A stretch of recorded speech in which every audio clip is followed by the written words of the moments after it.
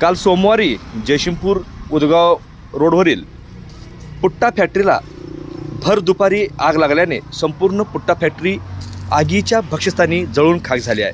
तुम्ही या ठिकाणी पाहू शकताय, हा जो पुट्टा पडलेला आहे संपूर्ण आगीच्या भक्षस्थानी आलेला आहे। या सर्वसामान्य कुटुंबातील व्यापाऱ्यांचे मोठे नुकसान झाले आहे।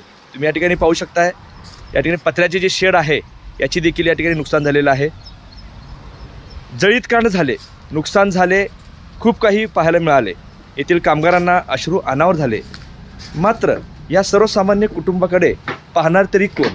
यांना न्याय मिळणार कधी? आग कशी लागली याकडे येथील स्थानिक लोकप्रतिनिधींनी लक्ष देऊन या गरीब कुटुंबाला न्याय देण्याचे गरजेचे आहे, तथा नुकसान भरपाई देणे गरजेचे आहे। तुम्ही या ठिकाणी पाहू शकताय, सगळं होत्याचं नव्हतं झालेलं आहे। अक्षरशः या ठिकाणी फक्त राख दिसत आहे, पुट्टा नावाची कोणतीही वस्तू या ठिकाणी दिसत नाही। जवळपास 5 ते 6 अग्निशामक दलाच्या गाड्यांना पाचारण करून या ठिकाणी आग विझवण्यात आली। आग इतकी भयानक होती की सर्वत्र आगीचे लोट आणि धुराचे साम्राज्य दिसत होते।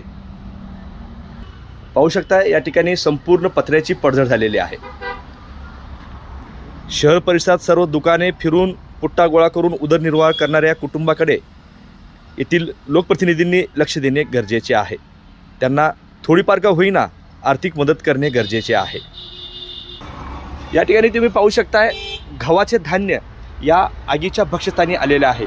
या कुटुंबांच्या कडे पाहता अतिशय सर्वसामान्य कुटुंबातील ही लोक आहेत। रेशनचे धान्य हे लोक खात आहेत। संपूर्ण धान्याचे खूप नुकसान झालेले आहे। त्यांचेही पोटापाण्याचा प्रश्न निर्माण झालेला आहे। यांना खरंच आज मदतीची नितांत गरज आहे। पाहू शकता, या ठिकाणी जे खॉट आहे, लोखंडी खॉट, ते देखील आगीच्या भक्षस्थानी सापडलेलं आहे। या जळीत कांडाची योग्य ती तपास होणे गरजेचे आहे। शिवाय यांना आर्थिक मदत करणे गरजेचे आहे। शहर परिसरातील सर्व सामाजिक मंडळे, गणेशोत्सव मंडळे आणि संस्था यांनी देखील या ठिकाणी पुढाकार घेणे गरजेचे आहे।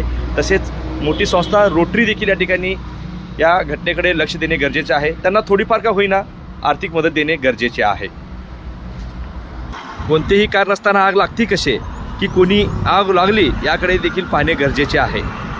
आग लागण्यापूर्वी या ठिकाणी शेजारी एका चरीमध्ये कोणीतरी वणवा पेटवला होता। तो वणव्याची आग या ठिकाणी उडून पडल्याचे सर्वत्र बोलले जात आहे। त्याचीही सखोल चौकशी झाली पाहिजे।